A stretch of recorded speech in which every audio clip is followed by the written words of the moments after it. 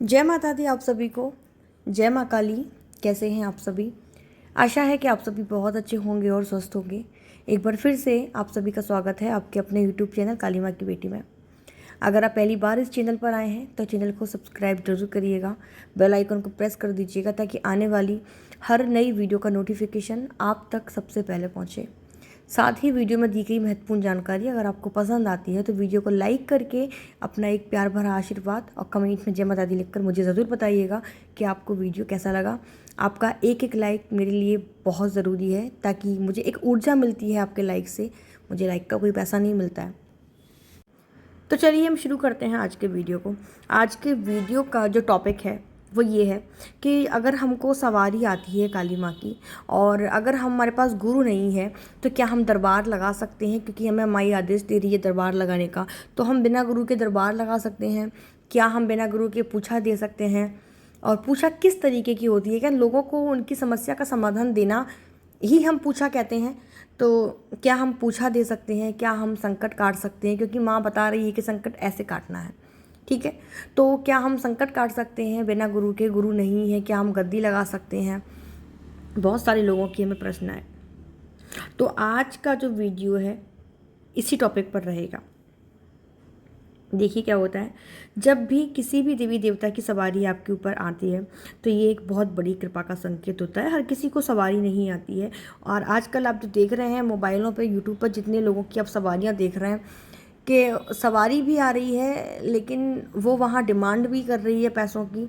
अगर वो अपने भोग की डिमांड कर रही है, क्योंकि काली माँ अपनी ज़ुबान से चलती है। मैं हमेशा बोलती हूँ काली माँ अपने वचनों की बड़ी पक्की होती हैं।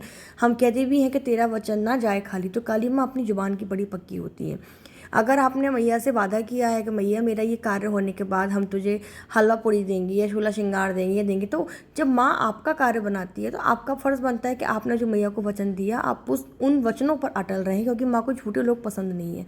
मैं बार बार हर वीडियो में बोलती हूँ कि आप माँ को माँ मानिए, और जब भी आप अपनी माँ से या आप अपने पापा से कुछ भी चीज़ मांगती हो तो क्या आप उनसे बदले में बोलते हैं कि माँ आप हमारा ये काम कर दो, हम बदले में तुम्हारे लिए ये करेंगे? नहीं, हम अपने माँ बाप से हक से मांगते हैं। इसी तरह अगर हम काली माँ को माँ मानते हैं तो हमें हक से उनसे चीज़ें मांगनी चाहिए। हम माँ से नहीं मांगेंगे तो किसके पास जाएंगे? लेकिन जब आप डिमांड कर देते हैं, आप एक आदान प्रदान कर देते हैं कि माँ तुम हमारा ये कार्य करो, बदले में हम तुम्हारा ये कार्य करेंगे, तो फिर सीधी सी बात है कि आप एक माँ से नहीं मांग रहे हैं, आप एक शक्ति से मांग रहे हैं। आप शक्ति से कार्य ले रहे हैं और आप दोनों के बीच डील हुई है कि आप हमारा ये कार्य करिए, बदले में हम आपका ये कार्य करेंगे। तो ये क्या होता है, एक डील हो गई है। फिर ऐसे में हम भूल जाते हैं कि हम किस शक्ति से मांग रहे हैं। वो ब्रह्मांड की सबसे बड़ी शक्ति है जिसके क्रोध का पार भगवान शिव ने भी नहीं पाया, ब्रह्मा विष्णु महेश ने भी नहीं पाया। तो जब आप ऐसी शक्ति को वचन दे के भूल जाते हैं तो फिर वो शक्ति आपके हालत में से निकलवा लेती है। माँ किसी चीज़ की भूखी नहीं होती। आजकल लोग वीडियो बना बना के डालते हैं कि देखो दरबार में माँ हलवा मांग रही है, माँ दरबार में ये मांग रही है, वो मांग रही है। माँ किसी चीज़ की भूखी नहीं है। ये आप ही लोग होती हैं जो माँ को वचन दे के आते हैं, तो माँ आपको अपना वचन याद दिलवाती है। हम इंसानों को छल सकते हैं लेकिन हम देवी देवताओं को नहीं छल सकते। तो सवारी हर किसी को नहीं आती। सवारी आना बहुत कृपा की ओर संकेत करता है। जैसे जब आप बहुत ज़्यादा पूजा पाठ करते हैं, आपको जब कृपा प्रसाद के रूप में सवारी प्राप्त होती है। दूसरा, जब आपके गुरु आप पर कृपा करते हैं, गुरु का हाथ आपके सर पर होता है, तब भी आपको सवारी गुरु के द्वारा प्राप्त होती है। एक सवारी आपको अपने पूजा पाठ से आती है और एक सवारी आपको गुरु गद्दी के द्वारा मिलती है। ठीक है, तो अब जैसे माता काली की मैं भक्त हूँ, मैं उनकी साधना करती हूँ, उन्हीं के बारे में जानती हूँ, तो उन्हीं के बारे में बात करूँगी।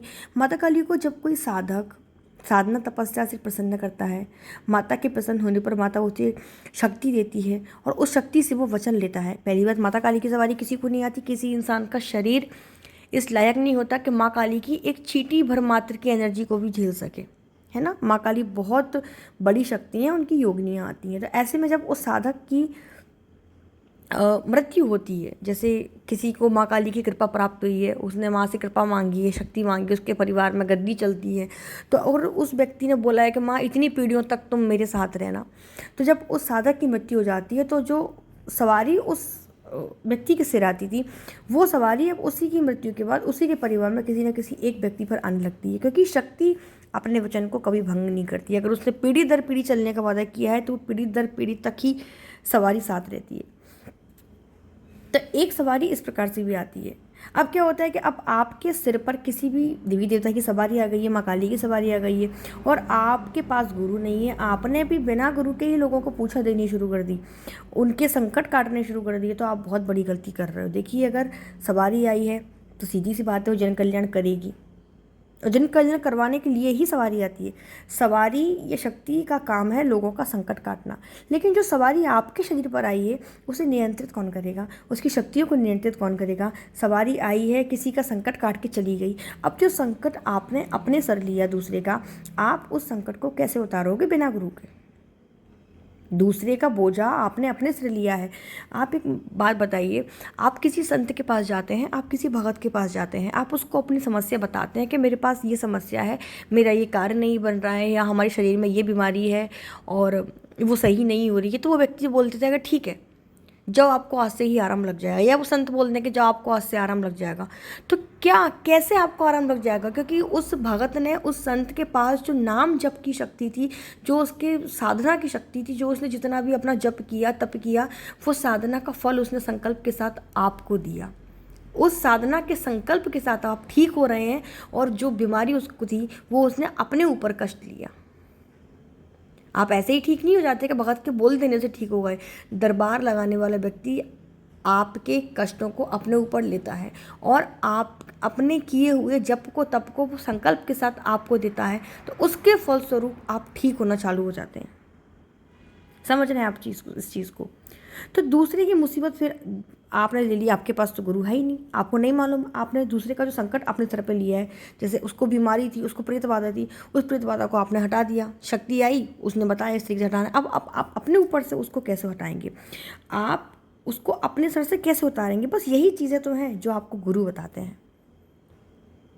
दूसरे का संकट काटने के बाद जो संकट आपने अपने ऊपर लिया है, जो संकट अब आपके ऊपर आ गया है, उस संकट का बोझ आपको अपने सर से उतारना बहुत ज़रूरी होता है। अगर उस संकट को आप अपने ऊपर से नहीं उतारते हैं तो फिर क्या होता है, सारा मुसीबत का पहाड़ आपके सर आ जाता है, ठीक है। और फिर उसके साथ क्या होता है, आपके साथ समस्याएं होनी शुरू हो जाती हैं, आपके घर में लड़ाई झगड़े होने लगते हैं, आपके शरीर में दर्द रहने लगता है, आप बीमार रहने लगते हैं, क्योंकि जो संकट आपने अपने ऊपर लिया है, जो संकट आपने दूसरे का काटा था, वो आपके साथ आपके घर में निवास करने लगता है, और धीरे धीरे वही सब चीज़ें आपके साथ होने लगती हैं जो उस व्यक्ति के साथ पहले थी, जिसका संकट आपने काटा था।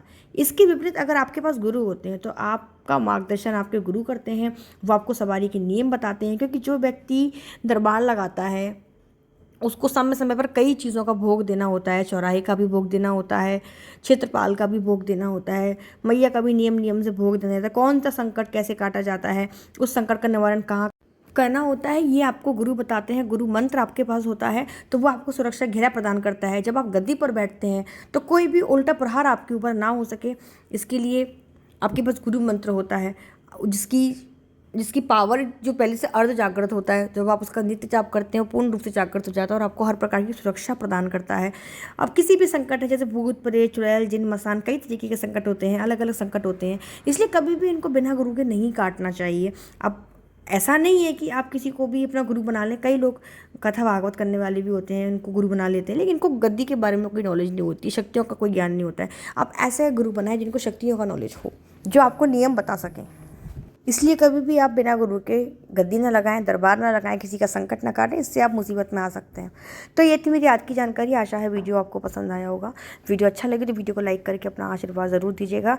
जल्दी मिलती है दूसरे वीडियो में, तब तक सभी को जय माता दी, जय मां काली। साथ ही अगर आप काली माँ का विग्रह खरीदना चाहते हैं, जैसा मेरे पास है, जैसा हमारे धाम में है, ठीक वैसा ही स्वरूप अगर आप अपने घर लाना चाहते हैं, तो आप मुझे 6262116068 पर व्हाट्सएप पर मैसेज डाल के मैया का स्वरूप आप अपने घर मंगवा सकते हैं। सभी को जय माता दी, जय मां काली। सभी को बहुत सारा प्यार।